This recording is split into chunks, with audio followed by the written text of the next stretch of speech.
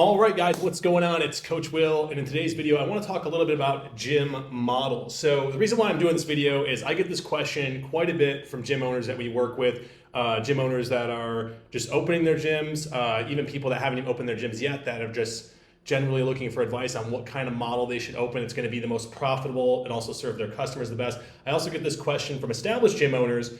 As the markets have shifted, people's expectations, the general population's expectations and what they find valuable in training and the type of training that they get has changed quite a bit. And so sometimes there's established gyms that have been in business for a couple of years that want to shift their model or add value by adding an additional model. There's also very established gyms, gyms that have been in business for 10, 12 years that open their gyms at a time when certain fitness trends are very popular, and they found that their members are requesting more of a certain type of model of fulfillment. So in this video, what I want to do is go deep on the different types of common models for gyms. For anybody that's doing this research right now, that wants to compare different models, and what we're going to talk about in this video is what we find, what's valuable about each different model, like what someone who is shopping for these, what they find valuable about that model, which usually correlates with the price, what they find valuable to dictate what it's priced at, because if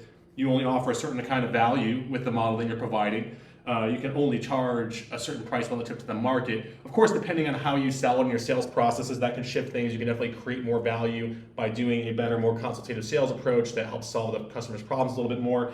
But as a generality, value and price are kind of a dynamic that they're both two different sides of the same teeter-totter, right? And scale. We want to talk about scale. Which of these models is most scalable?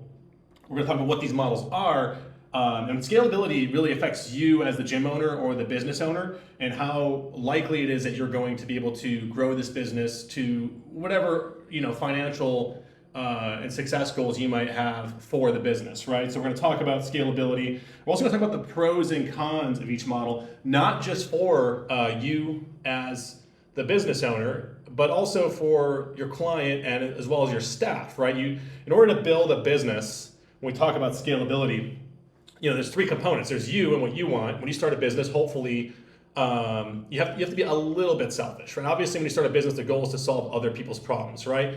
But in order to put the oxygen mask on other people, you need to be able to put it on yourself first. Otherwise, you're going to pass out first before you can help anybody else, right? And in the business world, in the world of entrepreneurship, what that looks like is profitability, cash flow, right? Being able to pay the business's bills, and hopefully pay your bills, and hopefully also move out of surviving as a business owner into thriving as a business owner, right? Because a business owner that's constantly stuck in survival mode, eventually as a business owner, I would say they're probably not even a business owner, they're probably a self-employed person, which is a big difference. The language is important here, and that not everybody who owns a business is necessarily a business owner. Sometimes we start businesses and find ourselves in very self-employed roles within the business, constantly working in the business and just trying to make enough money, trading on dollars for hours to pay the bills versus find some scalability, make a profit, find leverage of labor inside your business by hiring other people that want to work in those roles, because maybe they're at a phase of life, or maybe in their life that's the value they want to provide to the people, is being a coach,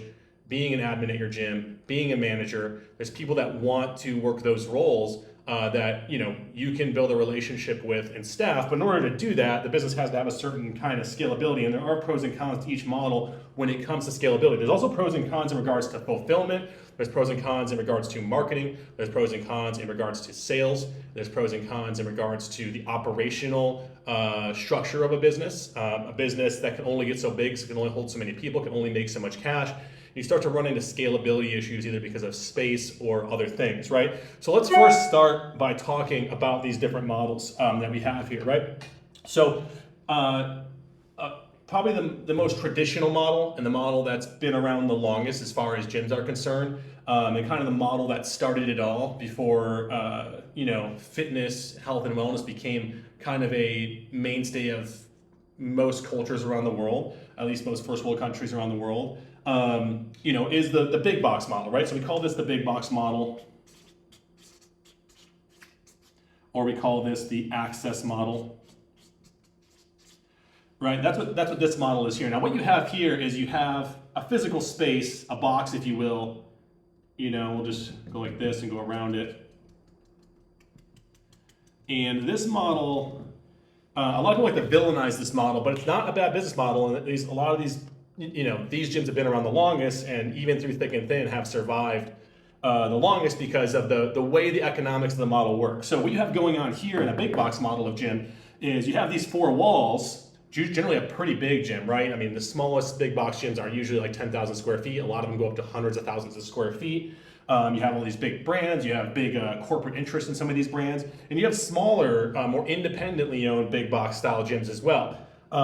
Essentially what you're selling here is access to the space, right? So you're saying, here's a room, here's a whole bunch of equipment. Depending on what kind of training you like to do, we might be more bodybuilding centric focused, we might be more powerlifting focused, we might have something for everybody, we might be more family oriented, right? There's different types of models within the big box style market. You have to kind of determine your demographic. Lifetime Fitness, for example, is a big box model. They probably build the biggest footprint gyms in the world, and they also have, in the areas that they open up, they can have 100,000 members in one location paying $100 or more a month, and for that reason they are very profitable models that are hold public interest in regards to being traded on the public stock exchange, things like that. That's how big and successful they are. And these models kind of defy the space that they are built in, right? So these gyms here might have whatever, 30,000 square foot space, pretty big space, but they will sell, 10,000 memberships, right? Planet Fitness, for example, is the perfect example of really abusing. I shouldn't say abusing, but they kind of are. Their model is strictly predicated on targeting an audience of people who aren't going to show up, right? That's why they give away free pizza. That's why they give away free bagels. That's why they kind of pander to the person who's of lower budget, $30 memberships. Sometimes they run New Year sales where if you pay for 3 years, it's like $9 a month, right? We've seen those offers, right? And the reason why they do that, and people are like, well, why would you sell someone, access to a gym for like $9 a month? That seems crazy, right? Well, for them, it's essentially free money because 97% of those people are not going to show up, right? And they count on it, right? They count on it, right? And they try to make the space, the brand kind of pivot towards pushing away those who are, more making fitness and health and wellness a part of their lifestyle and showing up 5 days a week, because they actually don't want people filling up their gym. They want, if you go into a Planet Fitness on like a Tuesday evening, they're relatively empty, and you would never know, but that location can be making $1 million a month easily. I'm pretty sure every Planet Fitness location probably makes over $1 million a month, and huge profitability, huge margins, because they have one front desk person, one person cleaning the gyms, they have two people running the thing essentially. You have a manager, probably like a staff of maybe 5 to 10 people. Maybe you have someone selling personal training as an upsell, which we'll talk a little bit about adding those layers there. But generally, they make most of their money with people just not showing up, right? That's obviously just one brand. There are other brands. I personally recently on a trip went to a independent, big box model access style gym, and it was actually awesome. It was a totally different experience than what I described with Planet Fitness. This gym here had a very community feel, even though it was not like they weren't providing coaching, they weren't necessarily selling it as a community-oriented gym, but the people that showed up every day to that gym at the same time every morning, they were more committed. And the style of the gym was definitely more leaned towards like powerlifting, bodybuilding, people that take lifting very, very seriously and want to get after it every day, and it's a part of their routine. So you saw the same people every day, you spotted each other, you high-fived each other occasionally, you gave knuckles to someone, and they there did have a relatively high utilization rate for that style of gym, but it was still probably like 10% of who's paying shows up. I talked to the front desk girl because I told her what I do for a living, and she's like, yeah, we have like 8,000 members. And then, when I was in there on a Monday morning when most people are getting after it, there's maybe probably like 100 people in that gym. And those 100 people that were in there were like into it, all pretty like fit jacked dudes or fit jacked ladies. People that take their health and wellness very seriously. So obviously like you're predicated on this model here of like high sell-through. Generally they use contracts, or if it's month to month, it's just in perpetuity. But the price point, generally for a lot of these gyms is like, if you go price point here, you're like, $10 a month. If you were to go high end, for like a Lifetime, say a Lifetime Fitness in one of their like boutique locations, or even an Equinox, which is like the highest end, you might be like $200 a month. I'd say on average, most of these gyms kind of venture into the, I'd say, just for sake of organization here, let's get some different colors, $30 to $70 a month, okay? Now, as far as scalability goes, this model scales as almost if it's not a brick and mortar, right? You can sell, because you're selling to everybody at a price point most people aren't going to cancel at. Most people will pay for a gym membership simply because they know they should, and they know that their interest is going to go in and out during the seasons. That's most people, right? So you're kind of pandering to the general population of people that like during certain seasons are going to get after it, and during certain seasons of the year are just not going to show up for months on end. So as far as scalability goes, scalability is very high, right? These gyms here, easily 1M plus, okay? Now, obviously those are pros. Now, what are some of the cons? The cons are that this model here definitely has like a higher capital cost to build, right? Generally, like, your group model gyms can be like more garage-like, more really lean on equipment, more open space. You go to your average CrossFit gym and it's like a rig in the middle with like the rest of the space is open with equipment around the perimeter. It's like 90% empty space. If you go to like these style gyms, you walk in, the place is full. It's very rare that you even have open space to even like do, down and back warm-up drills, right? You have to like find a lane in between some equipment to do your down and back warm-up drills if that's something you do to warm up, right? So it's kind of like your con is you're capital intensive. Here, you're very capital intensive. And every couple of years, new equipment's coming out. What you're selling here, really, is features and benefits, right? So we go features and benefits, right? So the higher price point these model gyms are, the more benefits there are, the more perks there are. It can be, we have a sauna, and we have a massage room, and we have Normatec boots, and we have all this stuff. You just have to, it's self-serve, right? It's basically, DIY.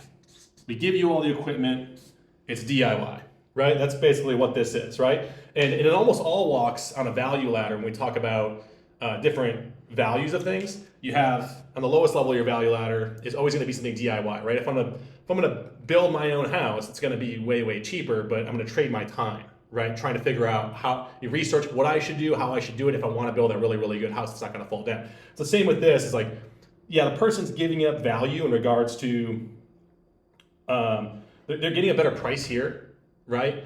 And either they know what they're doing, like I myself train at this style of gym a lot these days because having coached for a decade or more and owned 2 gyms, in my area, I can't really see myself walking in and there are exceptions to this. There are certainly gym owners in my area that I respect that I would love to be coached by, but because of my schedule, my commute, I find myself at this style of gym because I know what I'm doing, I know what my programming looks like, and for me, this value trade-off is worth it. I don't mind figuring that stuff out for myself. I just need access to your equipment, right? Your features, right? And then it's cool if it has benefits. If it has a hot tub, so I can do recovery. If it has a cold plunge, so I can do recovery, awesome. If it has Normatec, that's cool. I don't need someone to hold my hand on this stuff. I've got it figured out. So it's either someone that wants, that doesn't know how to do it themselves and just thinks that access is the most important thing, or someone that doesn't know how to do it themselves and they see value in being okay with knowing and having that research. For me, having done it for more than a decade,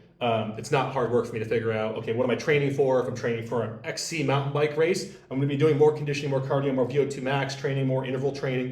I'm gonna be using the bikes a lot. I'm doing a lot of running, but I'm gonna also do some cross training as well while I'm in there. I'm gonna be doing a lot of strength training to keep from muscle wasting. I know that stuff without even really having to do research, right? So I'm okay with this. This works for me, right? Okay, cool. So that's the big box style gym. Now what do we have next? We have what is called, guess that cat didn't want to stick around. We have what is called the large group model.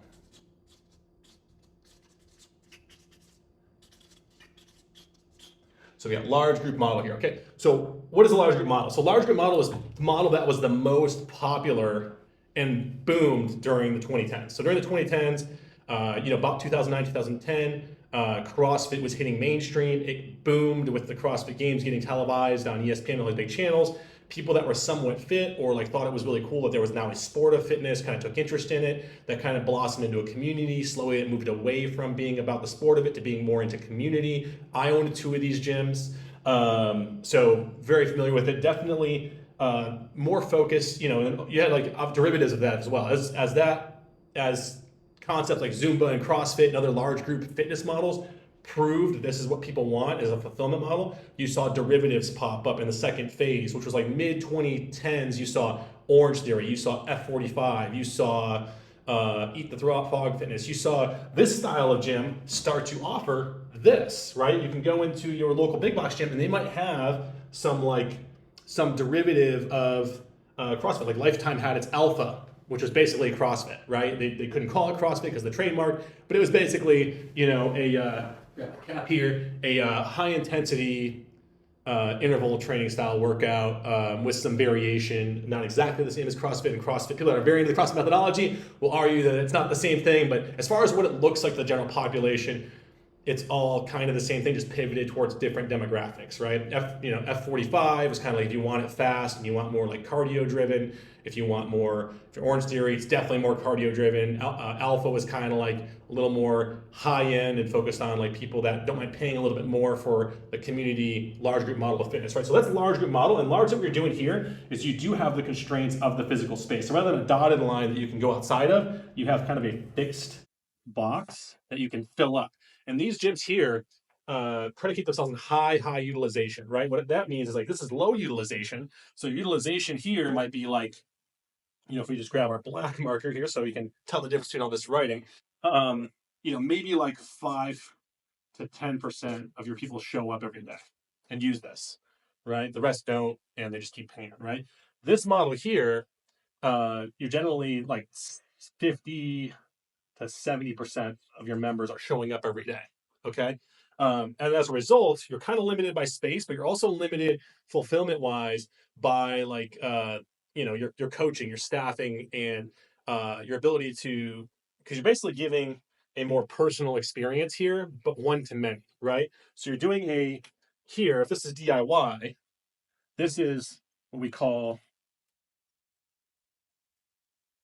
one to many DWI. So done with you, right? So I'm not going to walk you individually. If there's 15 of you in the class, I'm not going to walk you individually through each and every single movement. We're going to coach in mass, right? So, you know, there'll be 15 members. We're doing squats today. I'm going to warm everybody up as a group. We're all going to do the same warm up. We're all going to do, if there's a new member in the class, we're going to intro them. We're going to demonstrate the movement of the day to the entire group. Everybody's going to grab an empty barbell. We're going to demonstrate our squat together. Me as a coach, I'm going to walk around and watch everybody squat and just give a couple cues to every person. So it's kind of like a minimum effective dose style of coaching if you have a really good coach. Where this model falls short in that regard is if you have poor coaching or people that, you know, a coach that just thinks it's all about community, just wants to, you know, raw cheerlead everybody, but then they're not giving each person a little bit of an effective dose of coaching every day, at least one little nugget. That was my goal when I coach, is I walk around, each person needs to leave with one thing that they got better on today. So I would even walk with my best athlete and be like, that's a really good squat, but maybe you need to spread the floor a little bit more with your feet, right? You need to drive, maybe drive your, you know, if their knees are collapsing in when they get really heavy, let's drive those knees outward and spread the floor a little bit with our feet so we can get more hip drive under that squat, right? That's the kind of thing I would say to someone in the exchange. If that was the one thing I said to them that day, and then I saw them work on that, and I came back and said, hey, you're not doing what I said. And they did start to make that adjustment, and that was a win for me as a coach, right? That's this model. The con here again is that you're limited by the four walls in the space, and you have high utilization, right? So eventually you kind of run into as far as a con goes, you run into scale issues, right? So you run into scale issues here. And for a lot of gyms, if you're like, you know, typically these gyms operate out of like a really common, like 3,000 to 5,000 square foot spaces is like the most common I've seen. There's some that are smaller. It's really hard to make it work and be profitable at under 2,000 square feet for the large group model, only because you simply run out of space and you can't run groups larger than like 12, right? And that's kind of the problem with the scalability there. And then you can only run so much class times. And everybody wants to come to the same 2 or 3 class times every day. And now you're trying to backfill the off-hour class times. It becomes logistically pretty challenging if you don't have at least space to run groups of up to 20 in the case of like a lot of less technical style of training. That is a large group model. You can run bigger classes, right? So F45, for example, kind of made this their angle, right? We're going to take all the technical movements out of CrossFit and we're just going to do most of the body weight stuff or like the accessory type stuff. Like we'll do kettlebell swings, right? Because, uh, it's not it's not a movement people typically get hurt on, like a heavy back squat or a heavy deadlift or, someone getting excessive shoulder wear and tear from doing a lot of overhead movements with super heavy weight for time, right? In those cases, because the coaching isn't as intensive, you can go up to larger classes, right, without underserving people as far as what's expected, right? Because the programming and the what you're coaching is intensive, right? So that's this model here. Now, as far as scalability goes, reasonably scalable. We have gyms that we work with that do, $1 million plus on the high side, so 1M plus on the high side. But I'd say on average, most of these gyms are doing like, 200 to 300K. And I would say like that's probably like it's an 80-20 thing where like probably not even. It's probably like a 595 or 5% of gyms are doing like 1 million plus. 50% of the gyms are in this range, and then all the rest of them are pretty much failing, right? There's a pretty high break even rate of this style of gym. And it's not because the model is broken, it's because you have what you have happening a lot especially in the independent space, not so much in the franchise side of it. The franchises tend to be bought by people that are buying it because it's an investment and it's a business. But like in the case of like your CrossFit affiliates, you have a lot of people that are opening these because they got their CrossFit level 1 certification. They really love community. They had a great experience. It's got a low barrier to entry. It's not as capital intensive. Like this type of gym here takes multiple millions of dollars to open, just in build out and in features and benefits and equipment. Or this is a very lean business that you can open. So this is not capital intensive, which would be a pro. You can open one of these for like under 30K. With your first and last month's rent on your lease, maybe that's 10K, and then 20K you can get a rig, 10 barbells, 1,000 pounds worth of plates, some common. You have a bunch of 20-pound dumbbells, 35-pound dumbbells, 50-pound dumbbells, just common weights. You have a bunch of 53 and 35-pound kettlebells, and everybody works on those same pieces of equipment, scaling up or down depending on their availability. And you can get away with being very low capital, which is a pro on this. But the con is because it's low capital, they're very low barrier to entry. So this market becomes really swamped in a lot of like suburban areas, high population density areas, because it's low barrier to entry. Now, where you can differentiate yourself in this is you treat this kind of model like this model, right? In regards to experience and like user experience and things like that. High level of coaching is super important and a big differentiator here as far as like the word about how that gets out. This is also typically price point wise. Let's get into that. Price point wise here, like the least these gyms are selling memberships for is $150. So you're $150 here, and I know some of these gyms that are selling, $400 a month memberships for large group, right? And it really just comes down to like your market. It comes down to what you're offering with this and what you're stacking in value. If you're giving, you know, fitness classes with programming and coaching every day and life coaching and nutrition coaching, and check-ins and all this stuff, and it's very involved for them, then you're at that, you can be at that high end of $300 plus in some wealthier markets. Whereas like you're just straight up, hey, we're coming in and clanging and banging, the workout programming is given to you, you sign in for class, you come in, nothing else is promised besides getting your coaching every day.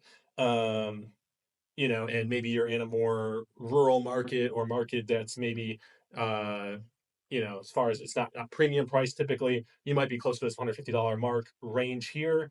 But I would say in any market, again, you can differentiate yourself. It's all about positioning, right? Branding is something these gyms generally don't do a great job of, that these gyms do very, very well on.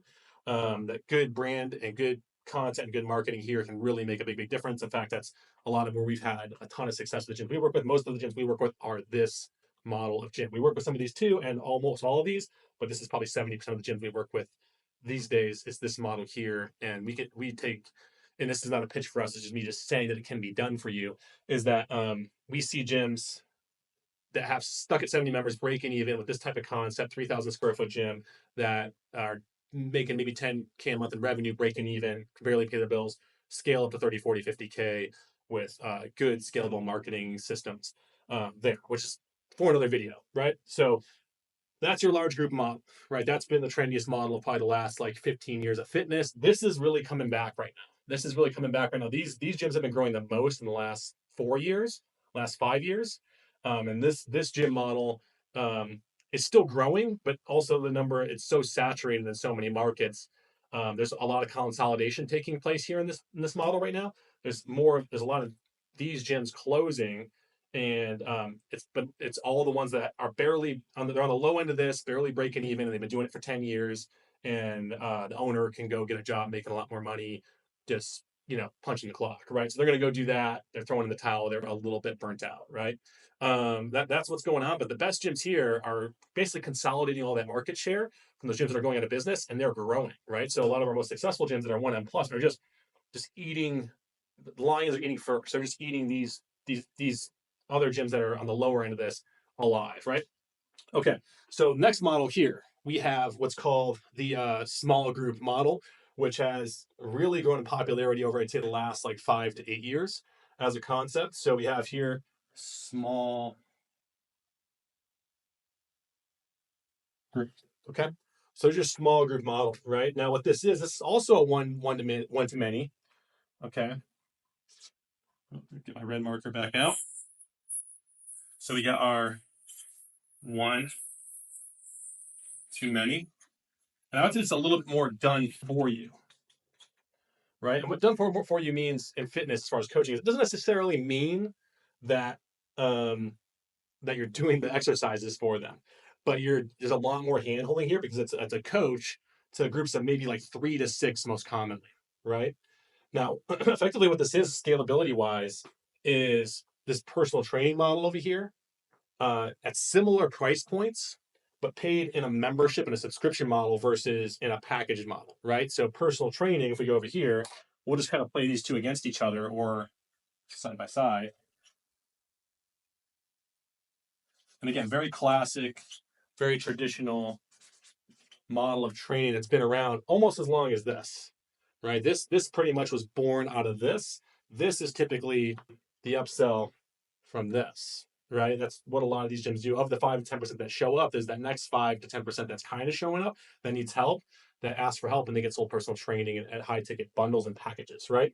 So something I should add, this is a subscription model right here. If we were to grab our black marker here, this is a subscription model. This is a subscription model. This is a subscription model. This is traditionally not a subscription model, right? Okay.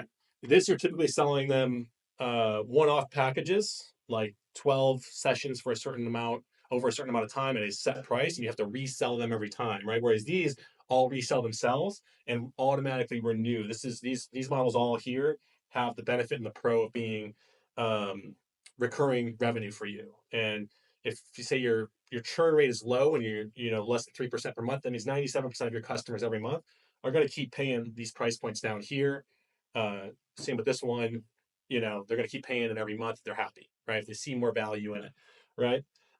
So this is, more done for you, right? So you're getting more personalized to the person. You might have a group of 4, and maybe you're potentially writing more individualized programming. Maybe they're still doing group programming, but you're tailoring it more to each individual. You're spending more personal time.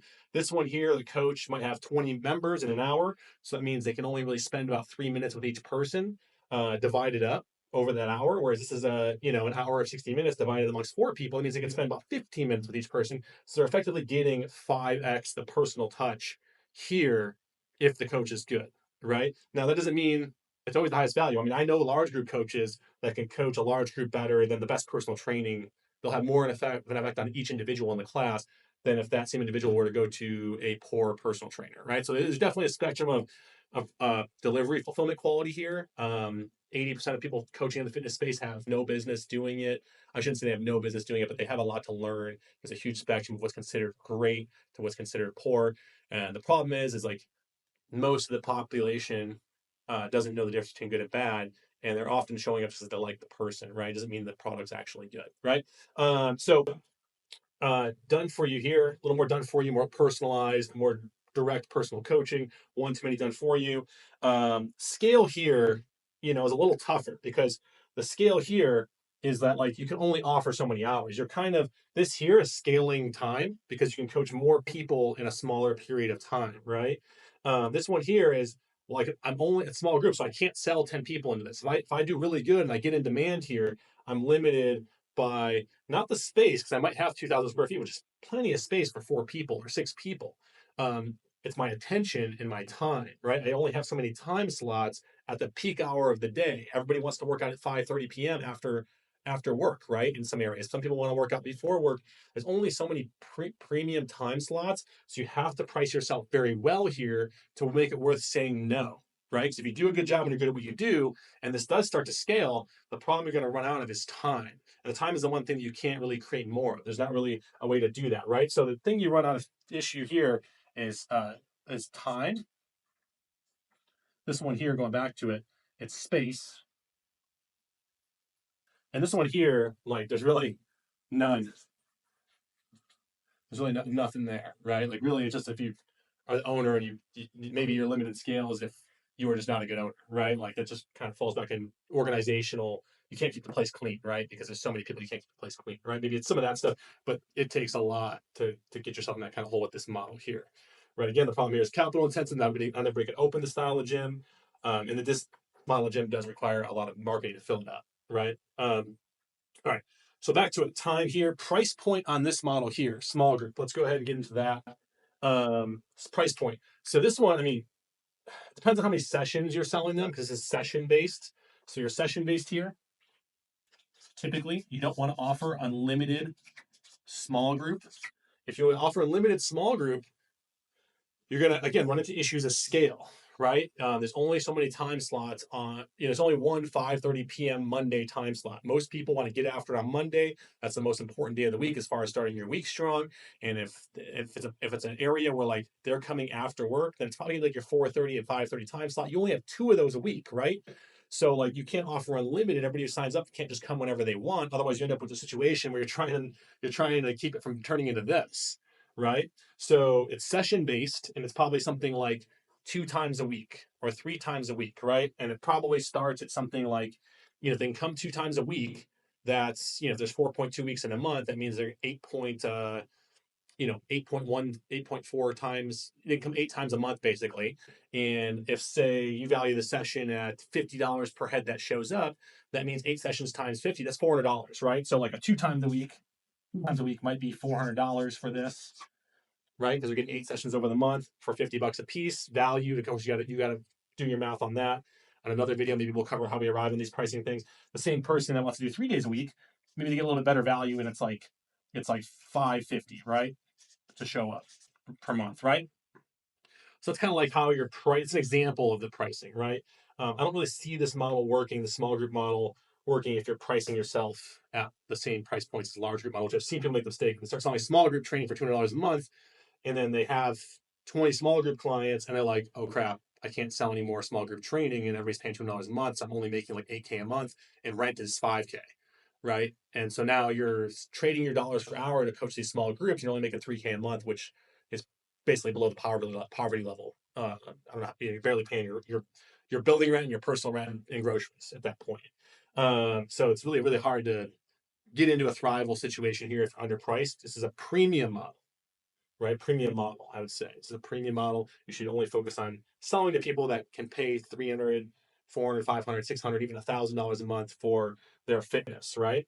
And also want like community elements. That's the one of the pros of this for your customer is you have a social element because it is a small group, right? So you can't sell this to people that are introverted and want all the attention on them here, because that one bad egg can spoil the bunch, right? One bad, whatever that quote is, can spoil the bunch. These have to all be people that are somewhat social, but have a high affinity for quality, right? Which can be a hard dynamic to find because people that have money that could pay $500 a month for fitness generally want all the attention on them. So it really be, the best gym owners I found, Jerry, who owns, he'll love this shout out to Jerry. I know he watches these videos, who owns Protocol Strength and Conditioning down in Tucson, Arizona. He's a very principled man, right? And so because he's so principled, I can see this model working for him because he's not going to tolerate, the bad apple, right? In fact, like people come in, are trusting of him and appreciate the way he runs this model. I've been in his gym, but I already know from having a lot of conversation with someone like Jerry that like you got to be a very principled, disciplined leader of your members and set very high standards for your members, and also look for a certain quality of person. You have to have your avatar and your demographic dialed in. Jerry, for example, targets like the 50-year-old, executive or even retiree that wants that personal attention and guidance, but doesn't want to pay this kind of price point or wants that social element because he has a tribe, he has community events, and he's only got like 50, 60, 70, I'm not sure how many members he has, but like these members, these gyms here thrive on, for example, if we just go into the volumes, like these gyms here, 1,000+ members, these gyms here, large group model, on average, if you get to 150 members plus, you're profitable, right? You can build a team and make profit and take home six figures if you're 150+ members in most markets. This model here does best with like 50 plus, 50 plus, and you got to be really good at sales because you have to, if your peak hours are full and you don't have anybody else to delegate that coaching to, and really this one here is staffing and finding really really good coaches. You could do a rev share of the profits with. You can run larger and you can run more peak hours. But this one here can be tough to get out of the self-employed situation with, if you struggle with that, right? Self-employed what it mean is like if you don't have staff here, you are showing up to provide these hours. Now you'll make some more money, but eventually that can burn out, and it gets hard to work on the business if you're stuck working in the business. Okay. All right. So there's your, so pros and cons. Let's just kind of review those real quick.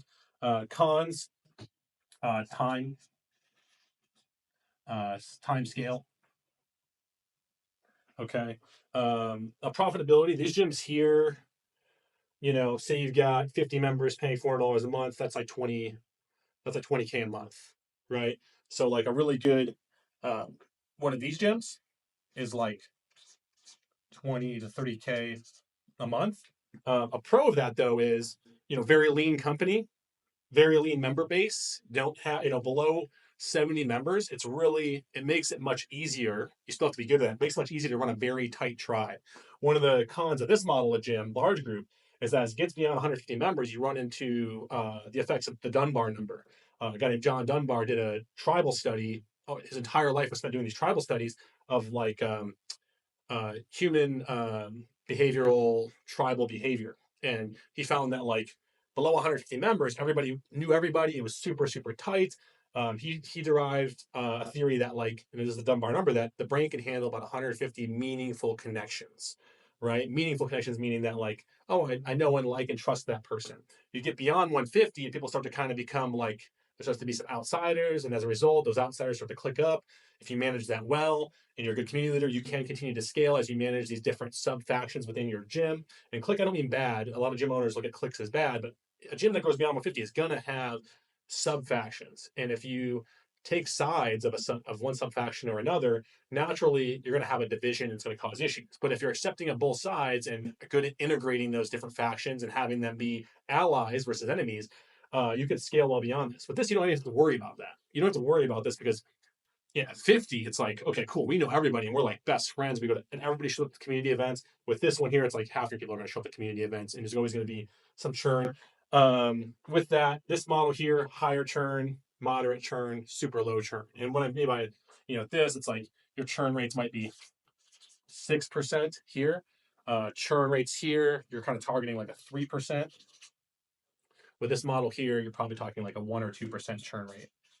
So, that being said, 1% of your clients, it's very valuable because the prices they're paying. So if you have 50 members and, you 2% churn rate, that means one's leaving every month. Probably not going to change your life a whole lot, but it is, $400 less a month you're getting, right? So there's that. Now, personal training, right? Again, one of the more traditional ones. This is one-to-one done for you plus, right? So this model here, one-to-one done for you plus, it generally means that like you're writing the programming for that individual. You're having a lot of consultation. Yeah, you're selling them an hour of training, but each hour is kind of multiplied by 3 because you're also having like a debriefing after class to kind of or after class after the session. If you're a good coach, you're investing time in the person and getting to know them because the programming you're writing and the guidance you're giving them is heavily tailored to their specific needs and lifestyle, right? If someone's got an injury and they don't tell you because you don't ask the questions and you're training them on movements that are only making the injury worse, then you decrease that person's quality of life.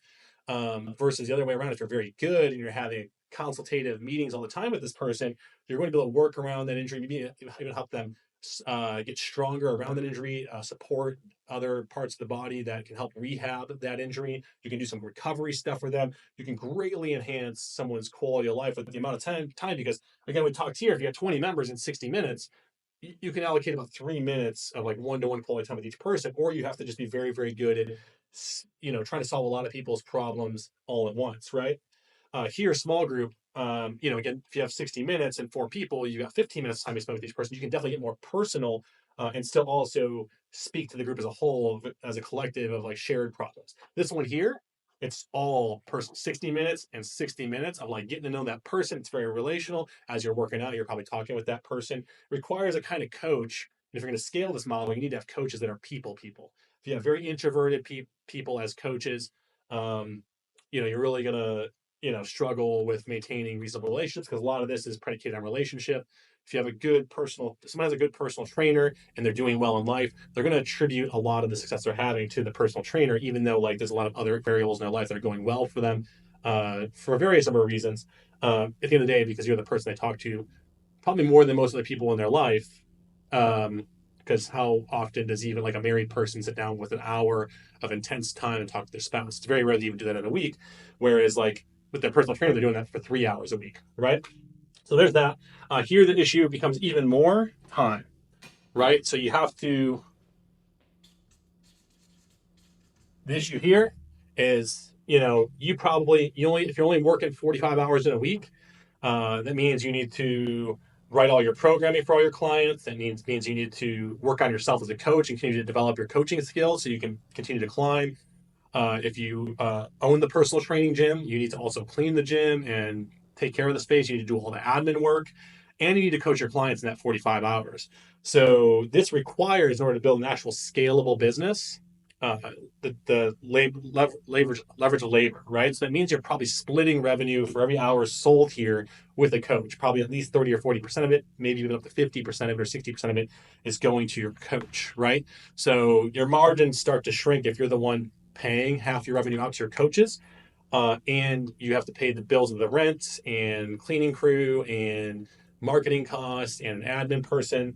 So this one becomes difficult to scale unless you're a very, very, very good operational leader and manager. You also need to recruit a lot of talent and build a kind of business because it's very easy in all these models, except for this one, for like the people to work for you to just feel like they can go and do it themselves, right? So we kind of like create our own competition sometimes, and they leave with our book of business, right?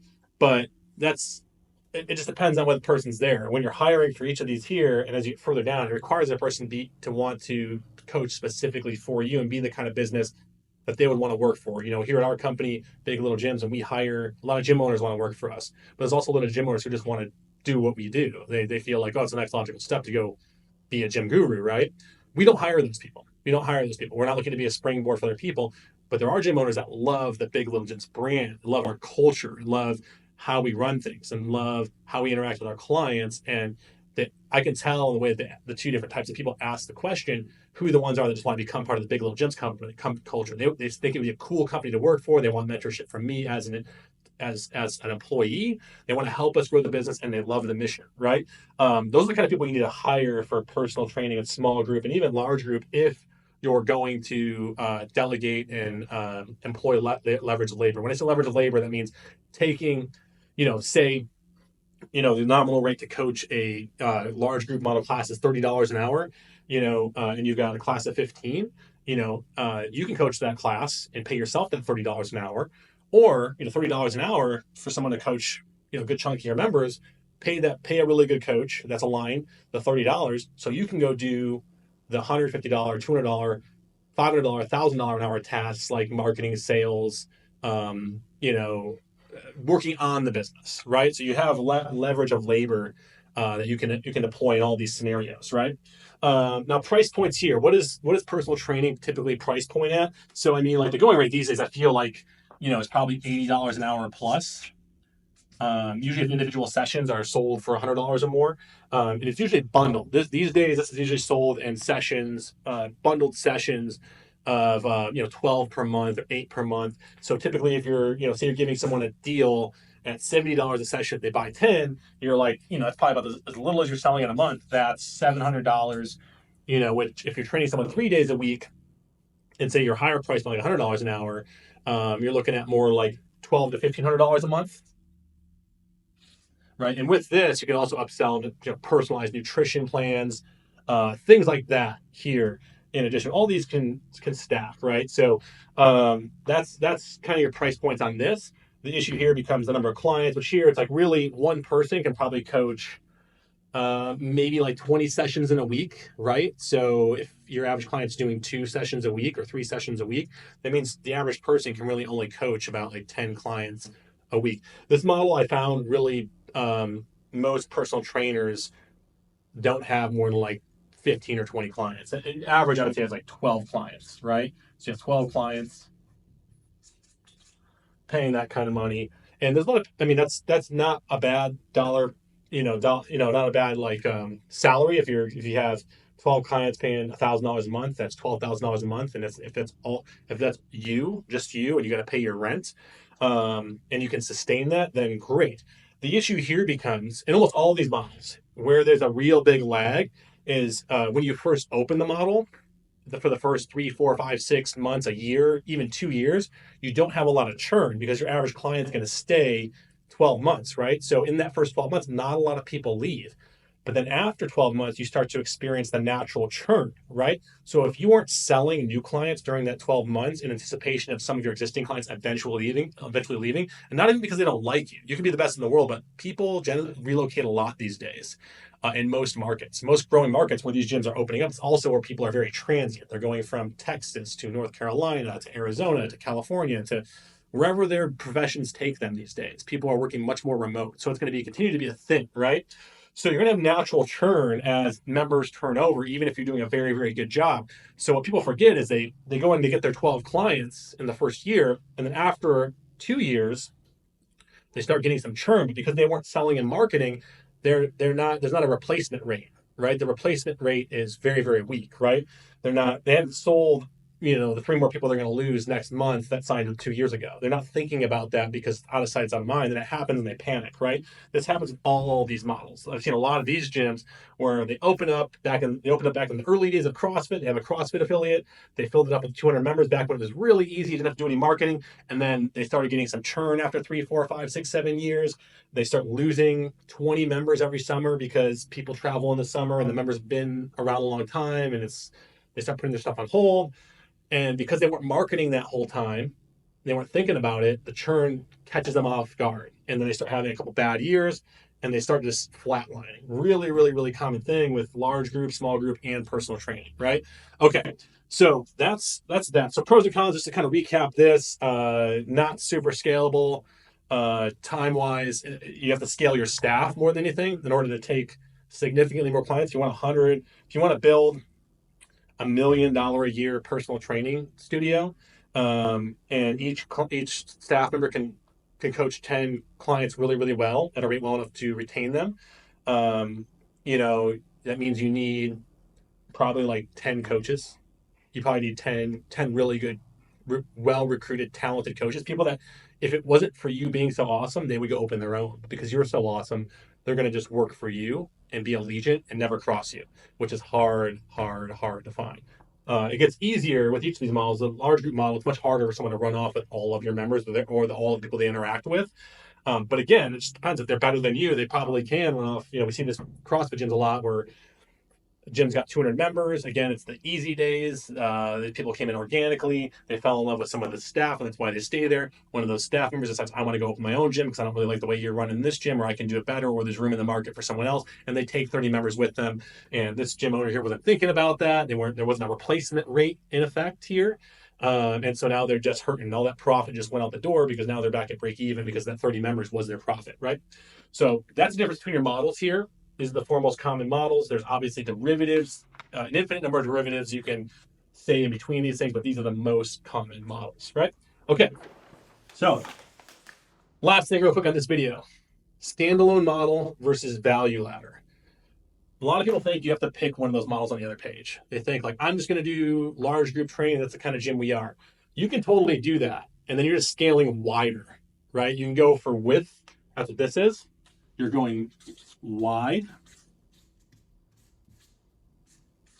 this way. Is what you're doing in a standalone model. You're just trying to expand the model, right? Maybe you have some like derivative upsells, like you have say you're a large group model gym, and rather than go up or down, up market or down market with your offering, you're just going to expand the number of things you sell the existing customer, right? So you're going to do large group model only, right here, for example,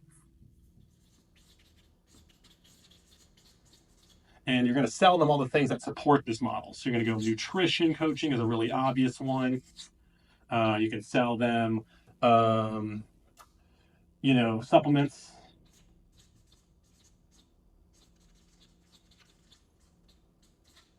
You can sell them apparel.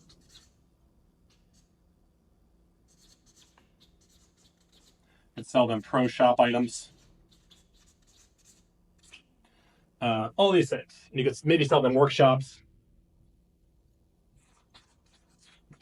You have all these things. You're going wider with the same customer, right? Same type of customer, right? You're not trying to sell them something different. You're just selling them more bolt-ons for the same thing, right there. It's width. Now this model here is depth. Okay. And what you're doing is this is a more vertically integrated company, right? This is vertical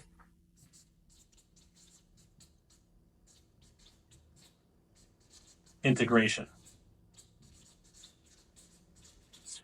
Okay. This company here has, in effect, some elements of all these models in it, right? To some degree. You don't have to have all, but this is what a lot of gyms are doing these days, right? So if you're going to go value ladder wise, what is down market and what is up market, and what vertical integrated companies do is they have up market and down market offerings all under the same roof, rather than the customer leaving because they want a more up market offering or a more down market offering, right? They will add it all in.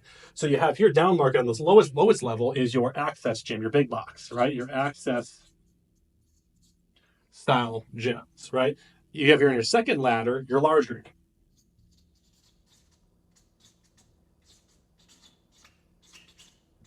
Right there, right? Now you have here small group. There, and you have here at the top, personal training. Okay, and now what you do is rather than a customer leaving because they've decided they want more personal training, you offer it in-house. And you make sure you have ways to upsell and downsell your customers, right? It's better to downsell a customer to a 24/7 access gym because maybe you employed a company like Hybrid AF that offers 24/7 systems for large group gyms, which gives an app to your customers. And we have no affiliation with this company; they're just friends of ours. A lot of our gyms use them. The access there makes it so this customer can just go down market, right? They can just go down market because maybe they've been a member for like 8 years. They want to do their own programming. There's someone like you, if you've been a gym owner for a long time, or myself, where it's like, okay, I think I got this. I want to give it. I've got specific goals, and the specific goals no longer line up with the direction or the of the large group. Now, if you're a gym owner that's like, I don't do that, you can just leave and just focus on this, right? Like there's nothing wrong with that. It's an individual choice, right? So you can downsell this. You have to pick your core offer first. What's your core offering? Say your core offer is large group training, because that's a lot of the gyms that work with me. Again, we work with these other style of gyms, but a lot of gyms are large group, for example. So we'll use that as an example. That's your core product. That's what you sell on the front end. That's what people come in for. It's what you sell them. You don't even make them really aware of these things on the front end. These are more like back end upsell, downsell that you're constantly making them aware of, or it can be bolt-ons as well, right? They can do this, and they can also pay for 24/7 access. So say they're paying, $200 a month for this, and they want to do an upgrade for, uh, $45 a month for this. Now that customer is paying $245 a month, right? Or they can go up market. That same customer they want some more individualized small group training. Maybe you're going to run a 12-week cycle for a small group of only 10 members that are part of your large group, and you're going to focus on competitive exercise training. The people that maybe want to perform in CrossFit competitions or endurance events or a Spartan race. And like this group here is part of this group, and they can, as an upsell, they can pay for the small group cycle that you're going to do. And maybe it's like, a $600 upgrade for them to do that, whatever, 6-week upsell on this. So now this person here is paying $800, over the next whatever month, right? And then further stuff would be PT, right? And a lot of gyms do this where they just do, a lot of gyms, whatever their core product is, right here, say it's this, or say you're a big box gym, the upsell just becomes skipping these things and doing that, right? If they are using this, you have your trainers walking around the gym giving people free advice and saying, hey, how would you like a free session or a free consultation? And they're selling them this, right? Large group model gyms can do this as well, right? Large group model gyms can do this as well. Small group gyms can do this as well, right? I'm not saying this is the best thing, because again, scalability becomes an issue. But if that's an upsell, high ticket upsell. And if you have staff, you have leverage of labor, you can sell more PT. Same thing if you're a PT gym and your customer just can't afford this anymore, you can go down market and start offering small group, right? Or you can go, if you're a small group gym, you can start offering a large group. You have a lot of gyms that are small group gyms that we work with, that once they learn how to grow their gym and scale their gym and do marketing, they start offering a large group model, and they'll have a different coach that runs their large group session that has like 15 people in it at a lower price point, right? Or if you're a small group gym, we see this a lot with CrossFit gyms now, working with companies like Hybrid AF, where they offer access, right? They offer access. So if you're a large group, but you're training for a competition, or you want to do more conditioning because you got a cross-country mountain bike race coming up or a marathon coming up, and you want to use the treadmills after hours, and when the gym's busy, we don't allow that, you can pay this $45 upgrade for the access, and you get a code with the app on Hybrid AF or whatever system you're using, where it can monitor people coming in the door without someone having to be there, right? And also, if a client's thinking about canceling, you can downsell them to this versus them going down to the Globo gym, right? That's also a really, really, really good thought. Okay, so this is pretty much two different ways. You can go vertically integrated. This obviously managing all this, you're probably going to need if you're at full scale and you're running a really successful gym that's running all of these. This doesn't really require any additional labor. These gyms running well usually have staffs of 5 to 10. If you're going to do small group, a couple of those people are probably also managing small group, or you're hiring a couple more people to do small group, or PT. So, vertically integrated companies definitely take more organizational efficiency for sure. Whereas like this model here, also probably takes some organizational efficiency. And what's great about this is these aren't exclusive of each other, right? You can go wide on any one of these. You can go wide and offer all this to this person. You can offer all this to this person, offer this person. And so now you get these economies of scale with each stage, right? So that is the difference between standalone model and value ladder. If you guys have any questions about the different models, or would like for me to expand more on the different models, because we have a deep understanding of how each of these models runs, working with over 1,000 gyms globally. We have hundreds of these gyms we've worked with. We've had probably 1,000 plus of these gyms we've worked with. We've had hundreds of these gyms we've worked with, and hundreds of these types of owners that we've worked with. And we've been deep inside each of them. We ourselves have run gyms. and have, our second gym that was a very successful gym. It was it was started as this model gym right here, a large group gym. It was a CrossFit gym.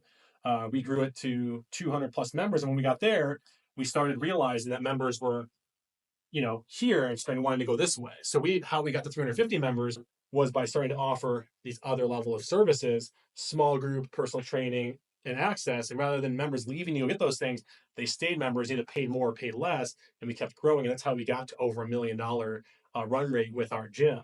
In addition to like all the scalable marketing and sales, you have to be good at those things. At the end of the day, these things don't just happen because you say you're offering them.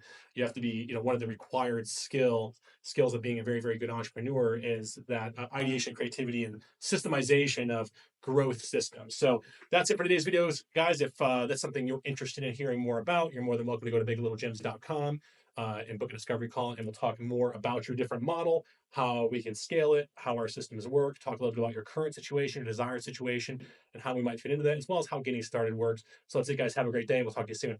Bye.